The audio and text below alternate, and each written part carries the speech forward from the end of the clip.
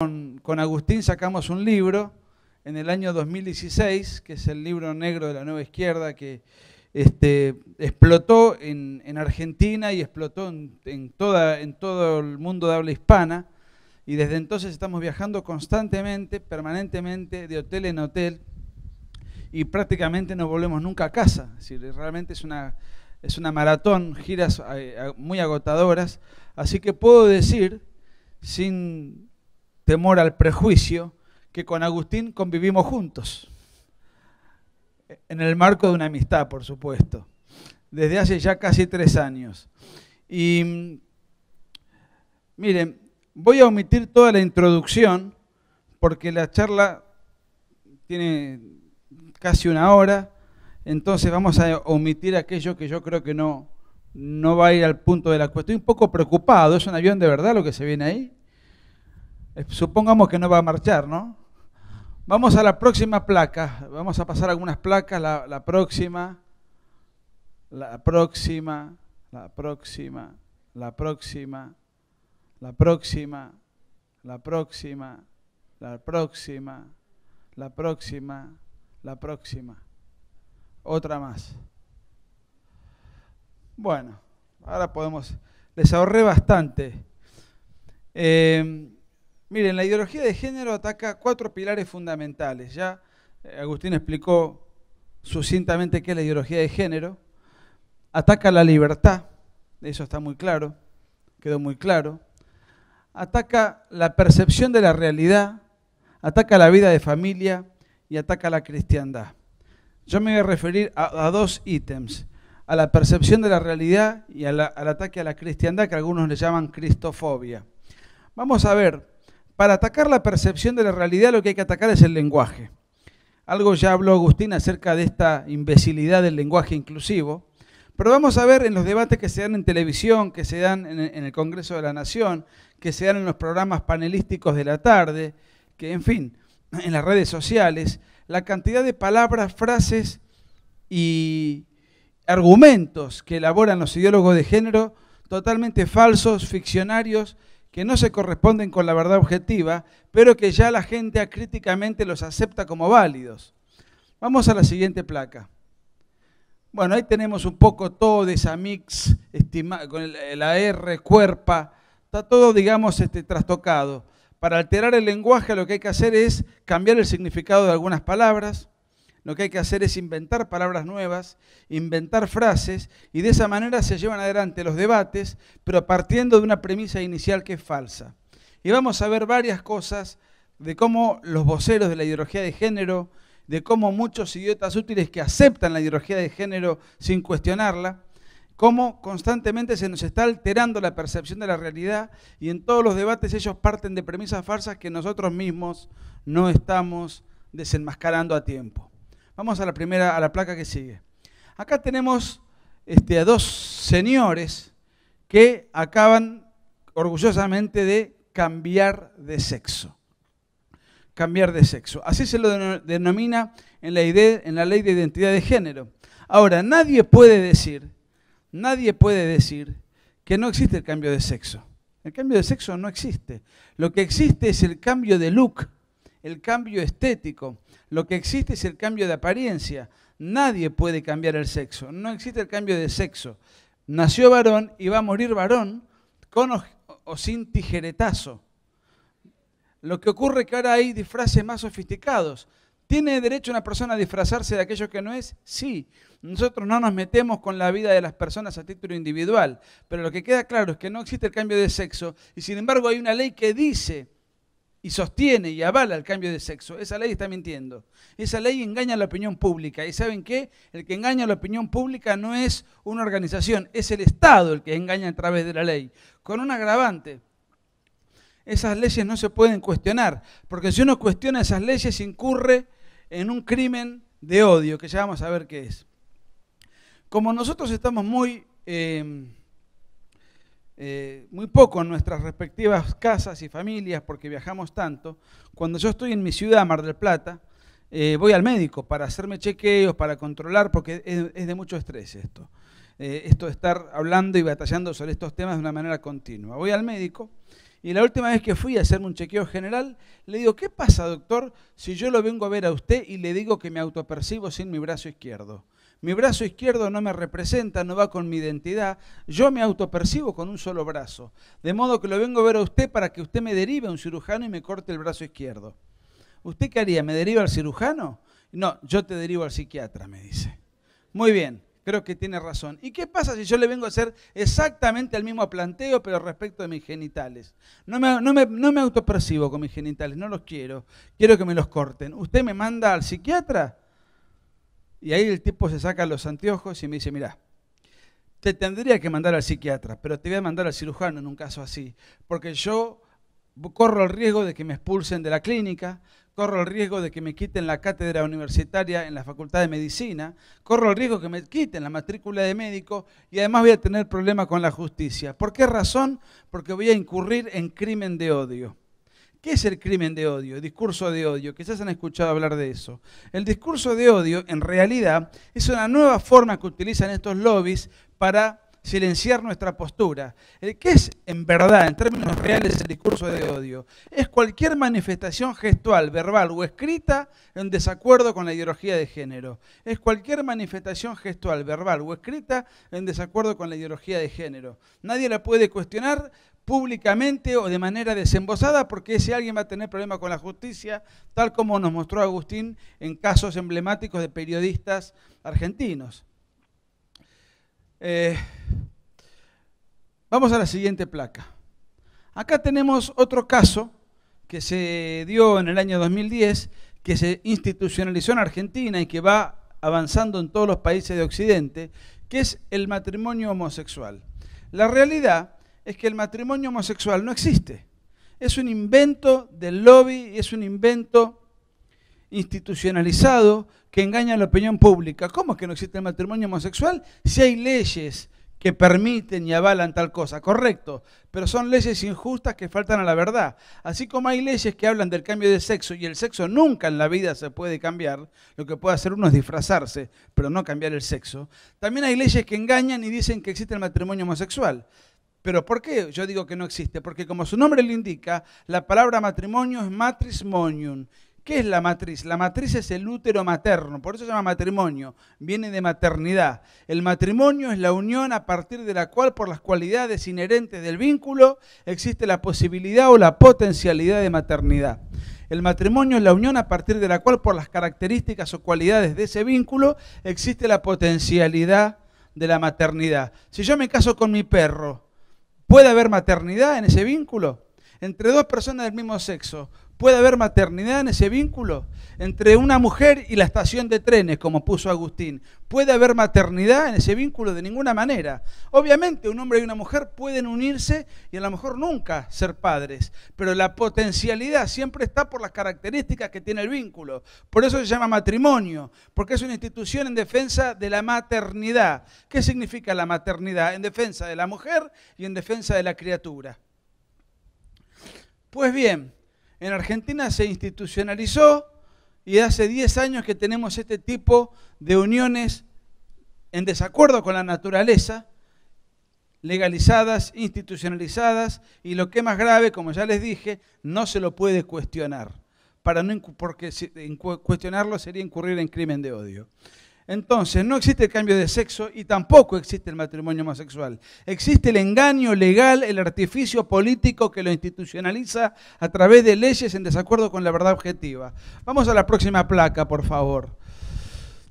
Bueno, ¿qué es lo que van a decir? Bueno, no, si vos no aceptás el matrimonio homosexual o el mal llamado matrimonio homosexual, entonces si el Estado no le da a dos personas del mismo sexo los mismos derechos que a un matrimonio heterosexual, entonces el Estado está discriminando. Si el Estado no le da a dos personas del mismo sexo los mismos derechos que le da a un matrimonio heterosexual, entonces el Estado está discriminando. Eso es falso. Eso es un argumento falso. ¿Por qué razón? Les voy a poner un ejemplo. Si un ciego le pide al Estado que el Estado le otorgue el carnet de conducir, ¿y el Estado qué tiene que hacer? ¿Le tiene que entregar el carnet de conducir o le tiene que negar el carnet de conducir? ¿Qué opinan ustedes? El ciego les pide al Estado que le dé el carnet de conducir. ¿El Estado qué tiene que hacer? pero es un estado ciegofóbico entonces. Entonces fíjense cómo el Estado tiene que tratar al ciego en su dignidad. Tiene que respetarle los derechos que puede ejercer. Lo que no puede es otorgarle el carnet de conducir. ¿Por qué razón? Porque un ciego no puede conducir. De la misma manera, a un individuo que tiene una tendencia homosexual hay que respetarle en su dignidad y hay que respetarle los derechos que efectivamente puede ejercer. Lo que no puede ejercer son derechos matrimoniales. ¿Por qué? Porque su vínculo, el vínculo que pretende, no es un vínculo matrimonial, no es un matrimonio. ¿Por qué? Porque por las cualidades inherentes de ese vínculo no hay ninguna posibilidad ni potencialidad de maternidad. Y ahí aparece el argumento sucesivo que dice, no, si no se le da a dos personas del mismo sexo los mismos derechos que se le da a una pareja heterosexual, entonces no van a poder adoptar. Y si no pueden adoptar, los estamos discriminando porque ellos tienen el derecho a la adopción. Y acá estamos desnaturalizando algo que es muy importante. No existe el derecho a adoptar. Existe el derecho del niño a ser adoptado. La adopción no es un derecho del adoptante, es un derecho del niño a ser adoptado. Ninguna duda cabe que la adopción es un acto de amor, es un acto de altruismo, la gente que adopta niños es un acto de mucha generosidad, pero desde el punto de vista de los derechos, es un derecho del niño a ser adoptado, no es un derecho del adulto. ¿Y derecho a qué tiene el niño? A que le sea devuelto aquello que el niño ha perdido. ¿Qué es lo que el niño ha perdido? A mamá y a papá. De paso les quiero aclarar un dato que no es menor. No es indistinto para el niño ser adoptado por parejas heterosexuales o por parejas homoparentales. Los niños adoptados, criados en un matrimonio biológico o adoptivo que sea heterosexual, el 1,6% de ellos, menos del 2%, tienen tendencia homosexual. Pero los niños criados en parejas homoparentales, el 35% de ellos tienen luego tendencia homosexual, según un estudio de 4.930 casos, un estudio norteamericano que nosotros hemos citado en el libro que escribimos con Agustín. Bueno, vamos, ahora bien, si yo no creo en el cambio de sexo, si yo no creo en la existencia del matrimonio homosexual y si yo desaconsejo la adopción homosexual, ¿qué soy entonces? ¿Cómo me van a calificar? ¿Cómo me van a tildar? Me van a tratar de homofóbico.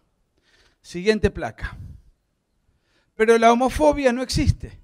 La homofobia es un invento, tampoco existe la homofobia, es un invento idiomático de carácter político que tiene una función insultante. Vamos a ver, ¿qué sería la homofobia? La homofobia sería, como su nombre lo indica, una fobia. Las fobias son enfermedades psiquiátricas. Por ejemplo, vieron que hay gente que tiene fobia al encierro, es claustrofobia. Hay gente que le tiene fobia a la luz, fotofobia. Gente que le tiene un temor intenso e irracional a las arañas, por ejemplo, aracnofobia. Son enfermedades, son desórdenes, son desórdenes mentales.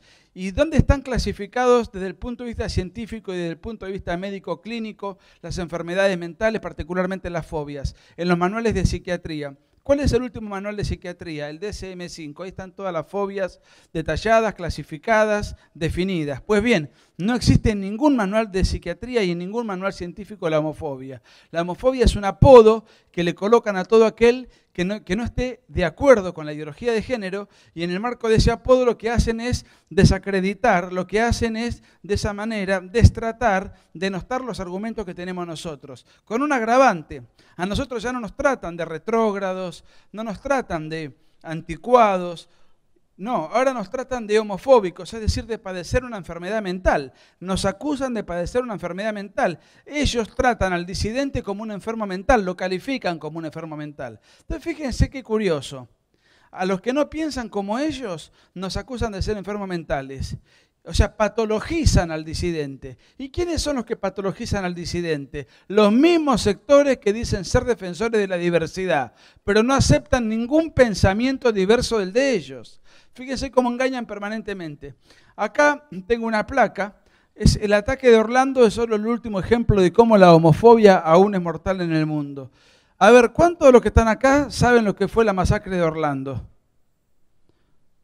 Allá 1, 2, 3, 4, muy poquitos, muy poquitos. Yo se los cuento, hace 3 o 4 años en una discoteca en la ciudad de Orlando, Estados Unidos, una discoteca gay.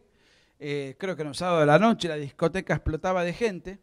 Entró un francotirador con un arma de guerra y entró a disparar a la multitud y en un santiamén, en una cuestión de segundos, mató 50 personas que estaban en la discoteca bailando. 50 homosexuales. En Instagram, en Facebook, en Twitter, toda la farándula, todos los medios de comunicación del mundo occidental, condenando el hecho, por supuesto, lamentando a las víctimas, por supuesto, y acusando el episodio a la homofobia. Esto es consecuencia de una homofobia que todavía existe. Y fíjense, la placa esta refleja un poco cómo los medios cubrieron el episodio. El ataque de Orlando es solo el último ejemplo de cómo la homofobia aún es mortal en el mundo. Bueno, les cuento una cosa.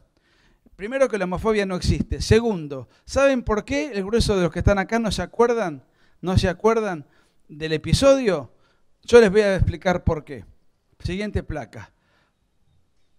Sí, porque a la semana se conoció que el autor de la masacre, el que disparó, que después lo mató un policía en el medio de la batahola, se descubrió que era homosexual el francotirador. Si el francotirador es homosexual, no podemos acusar de homofóbico a alguien que es de los nuestros.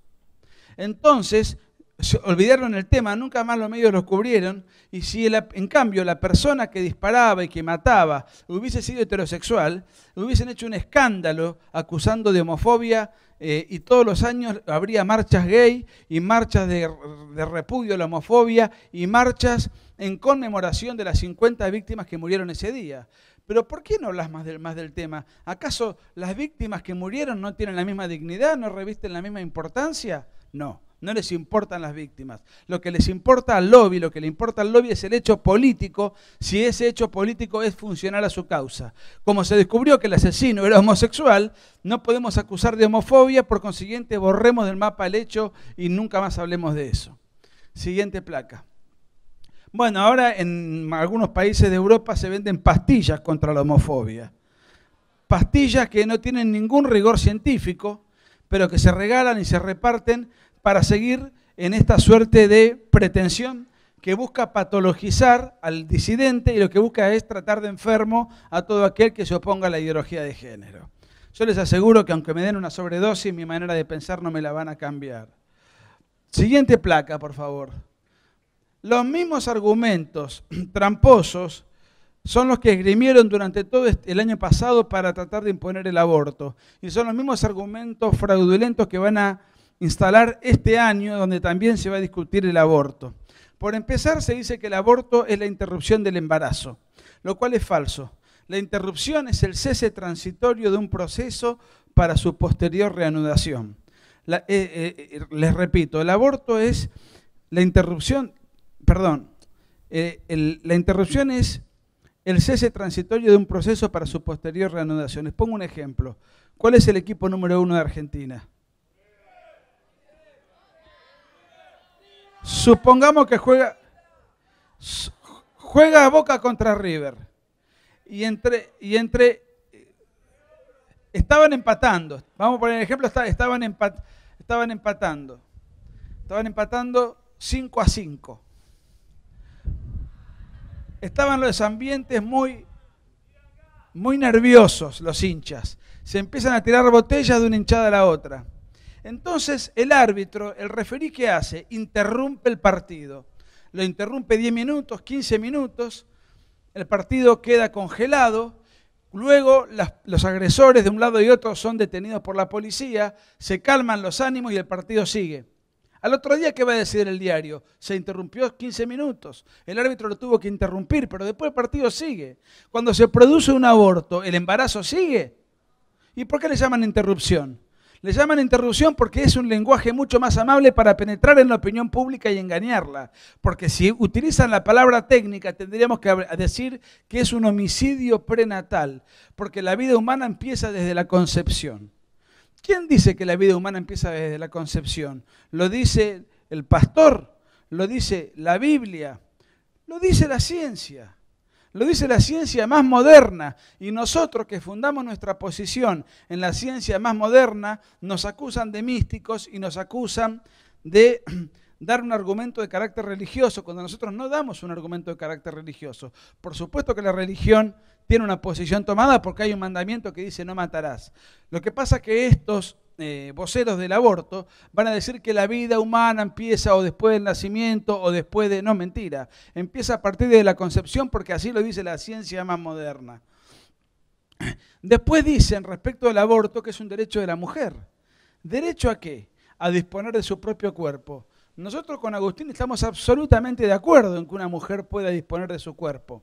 El problema es que en el caso del aborto la mujer no está disponiendo de su cuerpo, porque la persona, el niño que está en el vientre materno, que ya está desarrollándose a partir de la concepción, es un cuerpo distinto del de la madre. A partir del momento de la concepción empieza a cumplir un ciclo vital, tiene ADN propio, carga genética propia, grupo sanguíneo propio, ya está cumpliendo un ciclo vital. Primero es un cigoto, después es un blastocito, después es un feto, después es un bebé, después es un nene, después es un preadolescente, después es un adolescente, después es un adulto joven, después es un adulto maduro y después entra en la etapa de la vejez hasta que después se muere. Ese ciclo que empieza desde la concepción lo pasamos todos nosotros. Y cualquier intento artificial en todo ese plazo por acabar con la vida de esa persona que está continuamente desarrollándose es un homicidio.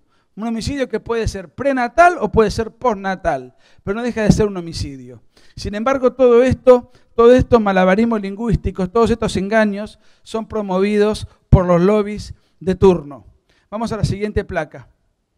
Y fíjense, todo esto inherente a la imposición de leyes que habiliten el aborto, se dice que hay que habilitarlas y aprobarlas en aras de la salud reproductiva. Sin embargo, fíjense qué cretinos que son como mienten. ¿Puede ser una política de salud aquella en la cual una mujer embarazada, es decir, 2 personas ingresan a un hospital, una vuelve viva y la otra la matan en el hospital mismo? ¿Puede ser una política de salud aquella en la cual 2 personas ingresan al hospital vivas y una sola sale viva, una sola vuelve viva?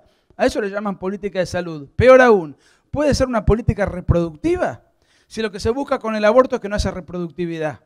Fíjense cómo no hay dato ni palabra, no hay aforismo ni frase que no tenga un engaño. Siguiente placa. Acá lo tenemos otra vez al personaje, el señor Flor de la B, que fue al Congreso de la Nación, en la Cámara de Diputados, a exponer en favor del aborto.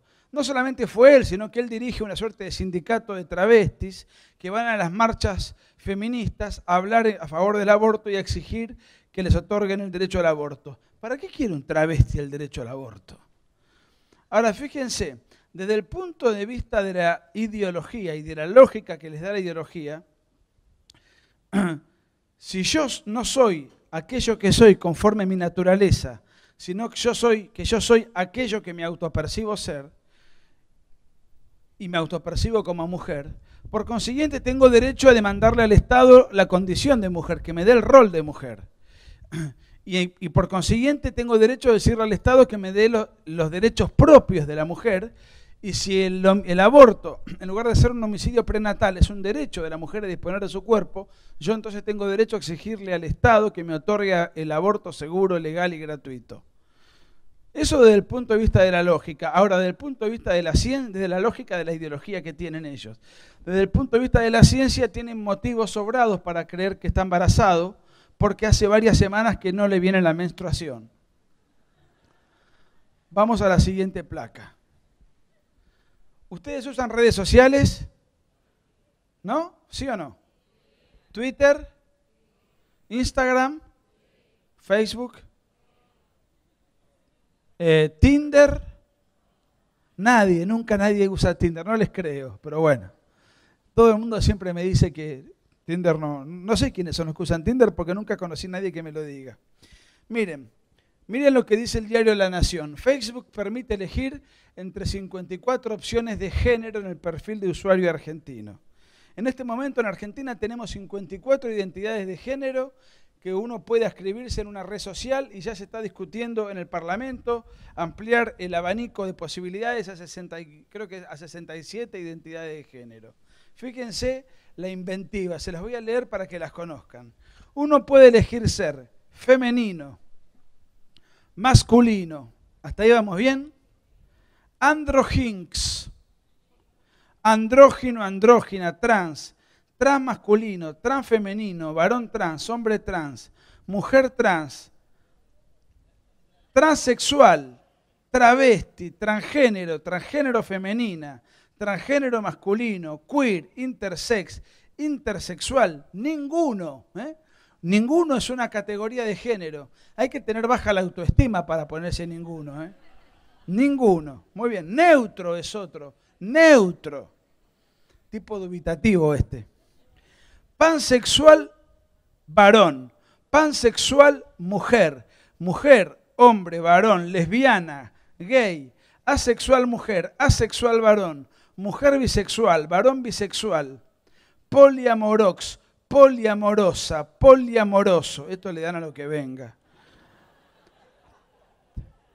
Creo que Florencia Peña se definió como poliamorosa. Tenemos cada exponente en la farándula nosotros. Mujer heterosexual, varón heterosexual, mujer homosexual, varón homosexual.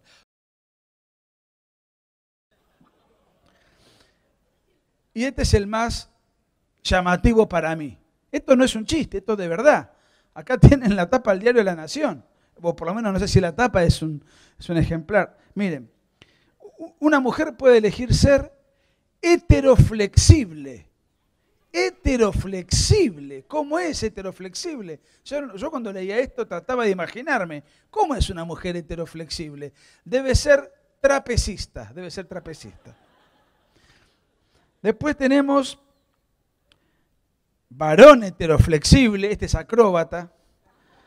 Lesboflexible, cisexual masculino, cisexual masculina, cisexual femenina, cisexual femenino, cisexual mujer y cisexual varón. Y mi identidad de género no está, porque yo siempre fui lesbiano.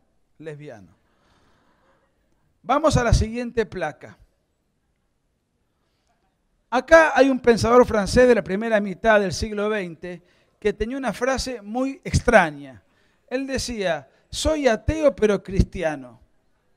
¿Cómo se explica esto? Él decía lo siguiente, él no creía en Dios, pero finalmente antes de morir se convirtió. Pero más allá de eso, ¿cuál era su tesis? Él decía, nuestra civilización es occidental y es cristiana.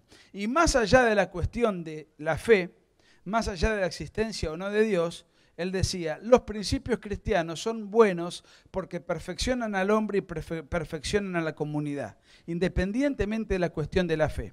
Y nosotros somos todos cristianos. Obviamente este es un campamento cristiano, se supone que todos tenemos fe. Agustín y yo tenemos fe y creemos en Dios.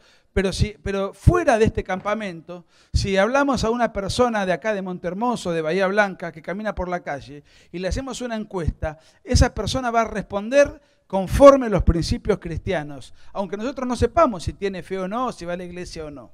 Nosotros sabemos en nuestra civilización que robar está mal, nadie va a poner eso en discusión. Que matar está mal, nadie va a discutir eso. Que mentir está mal, que no es de caballero andar mirándole la mujer al prójimo, que es un buen hábito honrar al padre y a la madre. Es decir, nuestros principios de nuestra comunidad política, de nuestra civilización, son cristianos. De la misma manera, si una persona que vive en Medio Oriente, pero no cree en Alá, no va a la mezquita, le preguntamos sobre ¿qué opina de la libertad, de la mujer, de la familia? Va a responder consustanciado con la religión de su lugar de origen. Entonces, ¿por qué traje a colación a este pensador francés, Maurras? Porque resulta que nuestra civilización es occidental y cristiana, y nuestra tradición es cristiana. Antes, los elementos revolucionarios, sobre todo de izquierda, querían modificar nuestra cultura, nuestro modo de ser, nuestra cosmovisión a través de las armas, a través de la guerrilla, a través del terrorismo, los montoneros en Argentina y otras fuerzas terroristas que se desplegaron en todo el hemisferio y en toda América Latina. Como ahora la revolución pretende cambiar nuestro modo de ver el mundo, pero no desde una perspectiva con armas armamentísticas, sino desde una perspectiva cultural, antes las guerrillas y el terrorismo tenían un enemigo. ¿Cuáles eran esos enemigos? Eran las Fuerzas Armadas. ¿Por qué? Porque las Fuerzas Armadas eran la institución que se encargaba de custodiar y de defender el orden constituido ante una agresión interna o una agresión externa.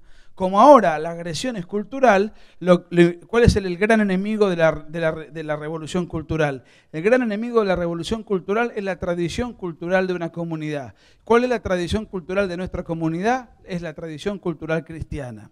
Por eso ahora vamos a ver el odio de las marchas feministas y de los grupos LGBT y de los grupos abortistas y de todo este conglomerado de organizaciones que ahora están a la palestra, el odio que tienen contra todo lo que tenga olor a cristiandad.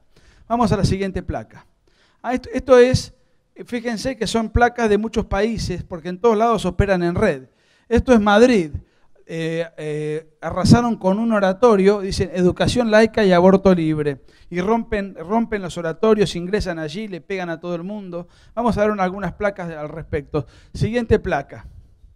¿Conocen este caso? Este es un pastor cristiano en Chile. En Chile, durante el gobierno socialista de Michelle Bachelet, se buscó imponer la agenda de género en todo su esplendor. Este pastor salió al ruedo, se opuso, fue a un programa de televisión, desplegó el trapo multicolor tan característico de la comunidad homosexual y fíjense lo que hizo. Siguiente placa. Lo puso en el piso como una alfombra para limpiarse los zapatos. Esto generó un escándalo en Chile y sobre todo en el conductor, que el conductor es homosexual confeso. Y si no lo hubiese confesado se nota por el color de la ropa que tiene, ¿no? Pues bien, se armó un escándalo, el programa se levantó del aire, al pastor lo quieren meter preso ahora y además el locutor le hizo una denuncia civil por daño, perjuicio multimillonaria. Ahora bien, este señor, que se sintió el conductor, que se sintió ofendido en sus sentimientos, que se sintió agredido y que entonces ahora va a demandar al pastor, semanalmente es actor y tiene un programa cómico. Siguiente placa. En el programa cómico hace de cura siguiente placa, por favor. Hace de cura en donde se burla de la condición sacerdotal, donde el que está al lado hace de pareja y donde la que está disfrazada de monja es una monja que por las noches baila el caño en un cabaret. Esto no es crimen de odio. O sea, él puede sentirse ofendido porque el pastor Soto desplegó el trapo sodomítico, pero él, sin embargo, ofende a una religión todas las semanas en su programa cómico. Siguiente placa, por favor. Bueno, este es un mutante que vemos ahí marchando, muy preocupado. Esto fue en la época de la campaña presidencial en Brasil. Dice, bancada evangélica retroceso. Preocupadísimo porque los evangélicos son muy fuertes en Brasil y estaban apoyando la candidatura de Bolsonaro. Pero fíjense cómo en todas las marchas está siempre el atentado, el ataque, los cánticos, los grafitis, las pancartas contra todo lo que tenga algo de cristiandad. Siguiente placa. Muy bien, esto es Europa, dice no a la islamofobia, no al racismo, ni al fascismo, sí a la igualdad y a la diversidad. En esta marcha es muy curioso, hay tres grupos que están marchando juntos. Por un lado el lobby LGBT, por otro lado los lobbies feministas y por otro lado, algo que para nosotros es muy lejano, pero en Europa tiene mucha vigencia, los grupos islámicos radicales, extremistas, fundamentalistas. Marchan juntos pidiendo derechos, igualdad, etc. Ahora uno dice, ¿cómo es que marchan juntos? ¿Cómo vive la mujer en los países donde prevalece el Islam? Miren, desde que nace, vive tapada y no puede mostrar ni el dedo meñique. Si es sospechada de adulterio, la revientan a piedrazos públicamente hasta matarla. No puede votar, no puede opinar, no puede heredar. ¿Y cómo viven los homosexuales en los países donde está el Islam como religión oficial o en los países teocéntricos? Bueno, en este tipo de países La homosexualidad está castigada en el Código Penal y si se encuentra a alguien practicando un acto homosexual se lo castiga con pena en la horca, se lo mata en la horca asfixiándolo. ¿Y por qué marchan juntos entonces si hay contradicciones tan evidentes? Porque acá no importa ni el feminismo, no importa la lobby LGBT y no importa el Islam. Acá lo que importa es atacar la cristiandad. Y en el afán de atacar la cristiandad, todos estos grupos se juntan porque odian la cristiandad por diferentes motivos. Entonces marchan juntos en diferentes peregrinaciones y protestas que se hacen en Europa. Siguiente placa. Bueno, acá no se puede percibir muy bien porque lo tapa la hélice. Esto es en el Día de la Mujer en Tucumán. Una activista se disfrazó de María y con otras que están ahí auxiliándola, están parodiando que está haciendo un aborto. Yo les pregunto, ¿a quién está abortando? ¿A quién está abortando? A Jesús. Entonces fíjense cómo esto fue el Día Internacional de la Mujer, 8 de marzo. Fíjense cómo todas las marchas en realidad no reclaman derechos de la mujer, sino que lo que reclaman, o mejor dicho, bajo la pantalla de que a la mujer se le otorguen derechos, en realidad lo que se está haciendo es un ataque deliberado a la cristiandad. Siguiente placa. Bueno, acá vemos dos lesbianas disfrazadas de monjas. Siempre la parodia antirreligiosa está a la orden del día en cada marcha. Siguiente placa. Bueno, acá vemos, esto fue el año pasado, hay una burla al Papa Francisco y hay mujeres con, bueno, el dorso desnudo, pidiendo el aborto libre, grupos de izquierda, en fin. Siguiente placa. Este es un chico homosexual que cuando iban a quemar los travestis y las lesbianas iban a quemar la catedral, él fue a defender la catedral porque es católico, pero es homosexual. Pero como fue a defender la catedral, lo reventaron a piedrazos y le rompieron la trompa y terminó tirado en el piso, desmayado. ¿Cómo es esto si es homosexual? Claro, es que no importa si es homosexual o no, lo importante es si juega o no para nosotros. Ese es el asunto y la lógica del lobby LGBT y del lobby feminista y de todos estos grupos. Siguiente placa. Bueno, esto es Francia, entraron las feministas a un templo a tratar de arrasarlo, siempre semidesnudas. Siguiente placa. Esto es Salta, escupitajos a gente que estaba orando y que estaba haciendo una especie de cordón humano para que no entren las feministas a romper el templo. Siguiente placa. Bueno, esto es Venezuela, se juntaron ahí una estatua de Cristo para hacer su respectiva marcha. Siempre están atacando la fe en cada marcha. Siguiente placa. Bueno, creo que es la Catedral de Buenos Aires. Pueden ver ahí varias feministas defecando. Fíjense.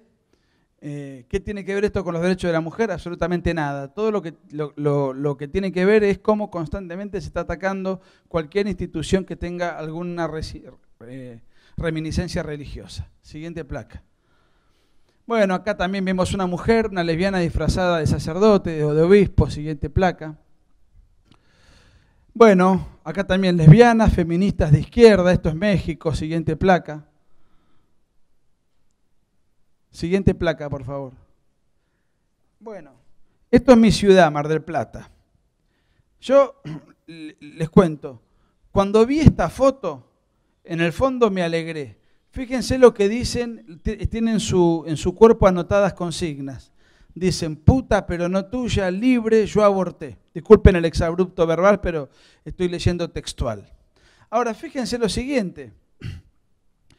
Yo acá, atrás hay un templo y hay una valla para que no pasen del templo. Yo cuando vi esta foto en el fondo me alegré porque digo, si es cierto que vivimos en un sistema heteropatriarcal, opresor, insensible, que a la mujer este sistema la subyuga y la somete y la esclaviza, por lo menos tenemos que reconocer que la mujer hambre no pasa. Miren, estábamos terminando el libro con Agustín. Estábamos en marzo del 2016, Agustín estaba en Estados Unidos, yo estaba en Buenos Aires. Y digo, bueno, voy a ir al 8 de marzo. Todavía este tema del feminismo estaba en veremos. Había grupos radicales, pero iba mucha gente a las marchas porque en realidad se conmemoraba el Día de la Mujer. O sea, en principio parece inofensivo. Y digo, voy a ir a la marcha. Además, yo soy soltero. Así que una marcha de mujeres es un plan agradable, un plan atractivo. Me puse perfume, una buena camisa, digo, bueno, voy a la marcha. Yo siempre tengo la teoría, confirmadísima por la experiencia, de que todas las mujeres, sin excepción alguna, son lindas, sin excepción. La que no tiene lindas manos, tiene lindos labios, y la que no seduce porque tiene lindos ojos, y la que no tiene una linda figura, y la que no tiene un lindo pelo, y la que no seduce porque tiene una voz muy dulce, y la que no seduce con otros rasgos. Todas las mujeres, sin excepción, tienen algo que las hace particularmente atractivas. En todo caso, está en la habilidad de cada mujer en saber cuál es el detalle particularmente agradable que tiene para seducir a su pareja. Pero todas las mujeres son lindas. Siempre tuve esta convicción muy sólida, pero la puse en duda el día que fue la marcha. La puse en duda porque todo es desagradable a propósito, son feas a propósito. No porque hayan nacido feas, sino porque se preparan estéticamente con el deliberado y explícito afán de desagradar. Si la marcha es el 8 de marzo, desde el 1 de marzo que ya no se bañan para ir asistiendo a la marcha de una manera. Yo quería hacer una suerte de paseo sociológico y me encontré haciendo un paseo zoológico ahí adentro. En medio de toda esta atmósfera turbia, sórdida, antiestética, maloliente, desagradable que yo estaba transitando, en contraste, veo una columna de mujeres lejos, muy bien vestidas, recién salidas de la peluquería, arregladas, voluptuosas, glamorosas. Entonces yo me acerqué con mucho entusiasmo, pero era la columna de los travestis. No es mi tarde de suerte, no es mi tarde de suerte. Pues bien, además yo preguntaba, ¿por qué? ¿Para qué quieren abortar si nadie les va a tocar un pelo, ¿no? Muy bien, siguiente placa, por favor. Bueno, fíjense, esto es contra el patriarcado, atacando un templo. Esto es en Uruguay. Fíjense la cantidad de placas de países distintos. No es un problema argentino, es un problema global, como bien lo dijo Agustín. Es un ataque a la civilización occidental y cristiana, por añadidura. Siguiente placa. Bueno, acá entraron al templo, esto es Bélgica, y empezaron a atacar y agredir al sacerdote sentado, un hombre mayor. Fíjense cómo están vestidas, por eso les digo, son feas a propósito. Siguiente placa, por favor. Esto es Brasil, un travesti disfrazado de Jesucristo y simulando la crucifixión propiamente. Siguiente placa. Bueno, esto es Argentina 2018, fíjense prendiendo fuego el templo. Siguiente placa. Bueno, esto es Costa Rica, siguiente placa. Esto es España, fíjense cómo todas las marchas feministas terminan en el mismo lugar. Siguiente placa. Esto es en el Vaticano, un tetazo en el Vaticano. Siguiente placa. Y esto es una Biblia gay. Una Biblia gay que ahora se vende en Amazon y que explica todos los pasajes del Evangelio, el Nuevo Testamento, los apóstoles, etcétera, en clave homosexualista. Cambiando y distorsionando la Biblia y explicándola en clave homosexualista. Voy a cerrar con la placa siguiente, que es muy interesante. En este momento, en el año 2019, este mapa es del año pasado, pero bueno, hay 75 países que castigan y condenan la homosexualidad en el Código Penal. De esos 75 países, hay 67 que castigan la homosexualidad con pena de cárcel, que son los países que están en rojo. Y hay 8 países que condenan la homosexualidad con pena de muerte, que son los países que están en negro. Los que están en rojo son 67 países, condenan la homosexualidad con pena de cárcel. Los que están en negro, que son 8, condenan la homosexualidad con pena de muerte. ¿Qué tienen en común estos 75 países? Lo que tienen en común es que en ninguno de esos 75 países ha llegado la cristiandad. En ninguno de esos 75 países ha llegado la cristiandad. Y en el resto del globo terráqueo, con diferentes colores, en esos países sí ha llegado la cristiandad, y en esos países la homosexualidad no es molestada por el Estado. En esos países la libertad en el plano de la intimidad se respeta. En algunos lugares la cristiandad ha llegado con un predominio católico, en otros con un predominio protestante, en otros con un predominio evangélico, en Rusia y zonas cercanas lo que prevalece es la iglesia ortodoxa, de inspiración cristiana también. Entonces, donde está la cristiandad, al homosexual se lo trata en su dignidad y se le respeta el derecho a la intimidad. En los países donde no llegó la cristiandad, la homosexualidad es castigada por el Estado. Fíjense la diferencia. Sin embargo, todos los ataques que estos lobbies dan, lo dan en el occidente cristiano. O sea, ellos llevan adelante ataques en los países donde pueden vivir su intimidad como quieren. ¿Por qué no van a hacer los ataques donde realmente padecen alguna injusticia? Sin embargo, no lo hacen. ¿Por qué? Porque no importan los derechos ni del feminismo, ni de la mujer, ni del travesti, ni de los lobbies LGBT. Lo que importa es atacar los cimientos de una civilización que es la civilización occidental y cristiana. Y atacarla de manera autoritaria, imponiendo una cosmovisión ajena a nuestra tradición, incluso contra sus propios intereses. Incluso contra sus propios intereses, porque ellos están atacando una civilización que les da a ellos plena libertad. Termino con una frase de Octavio Paz, un pensador mexicano, que dice así, dice: la dictadura perfecta es aquella que no se nota que es una dictadura. Y esta frase se parece mucho al ejemplo que puso Agustín de la rana. A la rana la están cocinando, pero no se nota. La rana no lo nota.